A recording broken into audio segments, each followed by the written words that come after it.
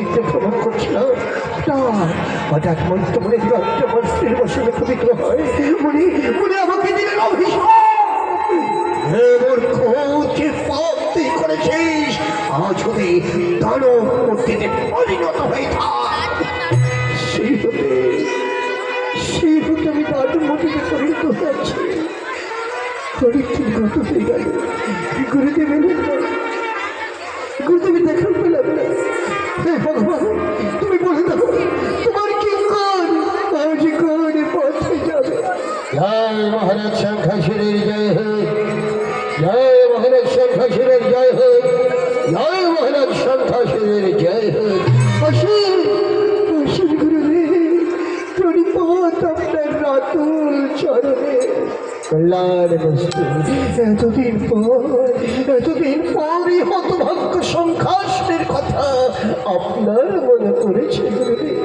আচ্ছা শঙ্খাসুর, তোমার কথা আমি সদা সর্বদা ভাবি, কিন্তু সময় না হলে সে কি করবো? তোমার ভাগ্য আকাশে অবিলম্বে সুখ সূর্য উদিত হবে, তোমার অতি শুভ সময় উপস্থিত।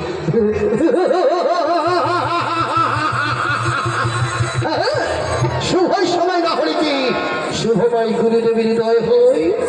শোনা বৎস শঙ্খাসুর, আজ তোমার এই গৃহে তোমার গুরুদেবের হৃদয় হচ্ছে, তবে তোমাকে একটি কাজ করতে হবে। আদেশ করুন গুরুদেব। আপনার আদেশে প্রচলিত নিকুণ্ডে ছাপ দিতে প্রস্তুত। জানি বৎস, সে বিশ্বাস আমার মনে আছে।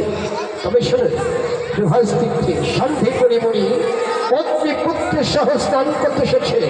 তুমি যে কোনো রূপ ধারণ করি ছলে বলে কলে কৌশলে সেই মুনির পুত্র মধুমঙ্গলকে ধারণ করে নিয়েছ। গুরুদেব, মুনির পুত্র এর কারণ জানতে পারি গুরুদেব, এর কারণ জানতে পারি।